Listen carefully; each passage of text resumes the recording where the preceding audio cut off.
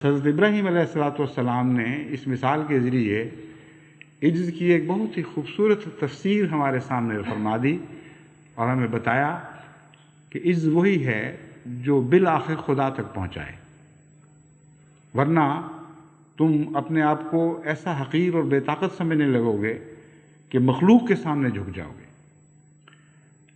بس نبوت میں بھی عجز کا عرفان بڑھتا چلا جاتا ہے، کیونکہ ایک بلندی کے بعد جب نبی کو دوسری بلندی نصیب ہوتی ہے تو اس بلندی سے خدا کی بلندی کا ایک اور آسمان اس کے سامنے روشن ہو جاتا ہے،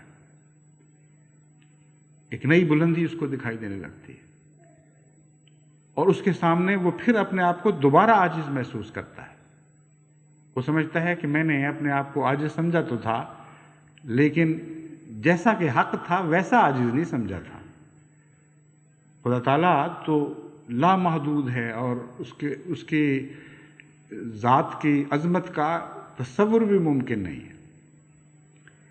ایک موقع پر حضرت اقدس محمد مصطفیٰ صلی اللہ علیہ وآلہ وسلم نے فرمایا کہ اللہ تعالیٰ کی ذات ایسی مستغنی، ایسی غنی ہے اور ایسی لامتناہی دولتوں کا وہ مالک ہے کہ اگر تم اس سے اس کی ساری کائنات مانگو، جو مانگ سکتے ہو مانگ لو، اور وہ سب کچھ تمہیں دے دے، تو اس کی دولت میں اتنی کمی بھی نہیں آئے گی جتنی ایک سمندر میں سوئی کا نوکا ڈبو اور اس کے ساتھ تھوڑا سا پانی لگا رہ جائے جب اس کو باہر نکالو۔ اس پانی سے جو سوئی کے ناکے کے ساتھ نوک کے ساتھ لگا رہ جاتا ہے اور وہاں قطرہ نہیں ٹھہر سکتا۔ مثال بہت خوبصورت دی ہے۔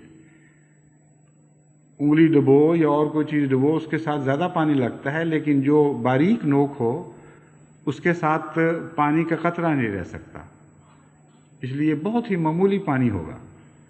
فرمایا اس میں بھی جو کمی آتی ہے، اس سے جو کمی آتی ہے خدا تعالیٰ کے کائنات میں اتنی بھی کمی بھی نہیں آتی اگر وہ تمہیں سب کچھ بھی دے دے۔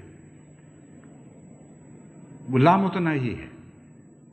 یہ بات صاحب عرفان کے بغیر کسی کو نصیب نہیں ہو سکتی، اور جس کو یہ عرفان ہو اس کو اپنی دولت پہ گھمنڈ کیسے ہو سکتا ہے؟